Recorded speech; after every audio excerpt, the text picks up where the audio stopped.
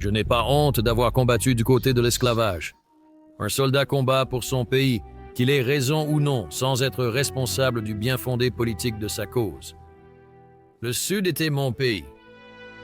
Au départ, John Singleton Mosby s'oppose à la sécession du Sud des États-Unis. Cependant, un sentiment de loyauté envers le pays qu'il considère comme chez lui persuade Mosby de s'engager comme simple soldat dans l'armée confédérée au début de la guerre de sécession. Après avoir servi sous les ordres de William Grumble Jones dans les Washington Mounted Rifles, puis chez les Virginia Volunteers, le général Jeb Stuart remarque l'aptitude de Mosby pour la collecte de renseignements. Mosby est promu premier lieutenant et affecté aux éclaireurs de la cavalerie du général. Alors que les cavaliers de l'Union comme de la Confédération deviendront des combattants précieux et redoutables, au début de la guerre de sécession, on considère que les sudistes ont un avantage certain en tant que cavaliers. Dans le sud moins urbanisé, les chevaux sont davantage utilisés pour le transport personnel, plutôt que pour tirer des charrettes, des wagons et des tramways comme c'est le cas dans les villes du nord. Le cavalier confédéré, tout comme les Rangers de Rogers et d'autres premiers irréguliers, est mieux adapté aux tactiques de combat de guérilla sur des routes accidentées, à travers des forêts impitoyables et dans toutes sortes de zones généralement impraticables, le tout à cheval. En juin 1863, sous l'autorité du général Robert E. Lee, John Mosby forme et prend le commandement du 43e bataillon de cavalerie de Virginie. Le bataillon sera ensuite connu sous le célèbre nom de les Raiders de Mosby. L'indomptable et irrépressible Mosby est de nouveau en selle, semant la destruction et la consternation sur son passage. Un jour, à Richmond, blessé et suscitant la sympathie de tous ceux capables d'apprécier les actes audacieux du chef partisan le plus audacieux et le plus accompli que la guerre ait produit.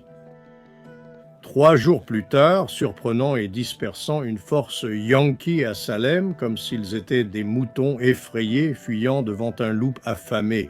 En 1862, le Congrès confédéré avait adopté la loi sur les Rangers partisans dans le but de stimuler le recrutement de soldats irréguliers. Pendant le reste de la guerre de sécession, les raiders de Mosby, souvent sous le couvert de la nuit, exécutent n'empêchant de petites attaques avec des unités de 20 à 80 d'hommes derrière les lignes de l'Union. Leurs objectifs atteints, les partisans se retirent ensuite rapidement, se dispersant souvent dans la région et se cachant dans des fermes ou dans des zones favorables aux rebelles.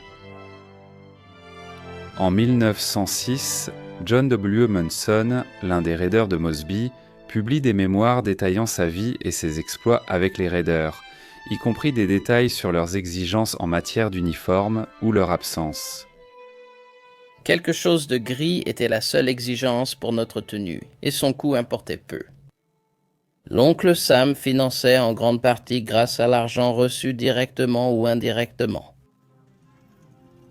Ce n'est que lors des raids que les hommes de Mosby portent de quelque chose qui ressemble à l'uniforme confédéré réglementaire.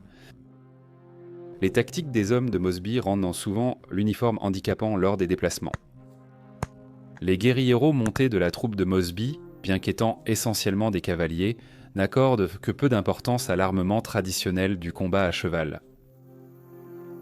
Peu maniable et imprécis à cheval, le mousquet s'avère plus utile dans les mains des hommes de Mosby comme massue, lorsqu'ils l'arrachent à un cavalier de l'Union lors d'une escarmouche.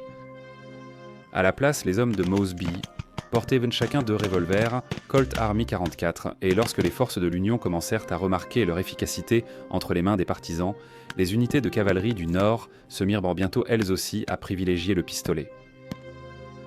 Mosby n'a aucune utilité pour un équipement de cavalerie. C'est le sabre. Munson continue. Je n'ai vu du sang couler avec un sabre que 2 fois pendant notre guerre. Pourtant, je les ai vus briller par milliers à Brandy Station. Mosby disait qu'ils étaient aussi inutiles face à un revolver habilement manié qu'une épée en bois d'arlequin. C'est un vrai témoignage de la première vérité des forces spéciales, l'humain avant le matériel.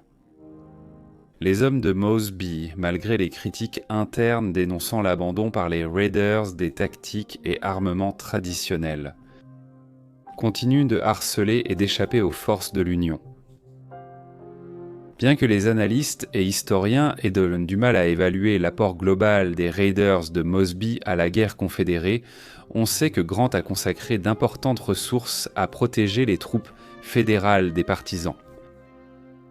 Après que Mosby et ses hommes ont fait dérailler un train et capturé 170 000 $ de la solde fédérale, il devient nécessaire pour les troupes fédérales de garder chaque convoi de wagons, chaque pont ferroviaire et chaque camp avec suffisamment d'hommes actifs et efficaces pour empêcher Mosby d'utiliser ses 300 raiders lors de l'une de ses attaques destructrices à toute heure du jour ou de la nuit.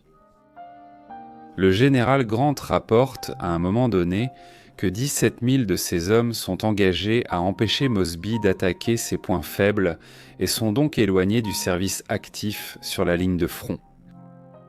Finalement, il n'est même pas sûr d'envoyer des dépêches par courrier sans escorte d'un régiment.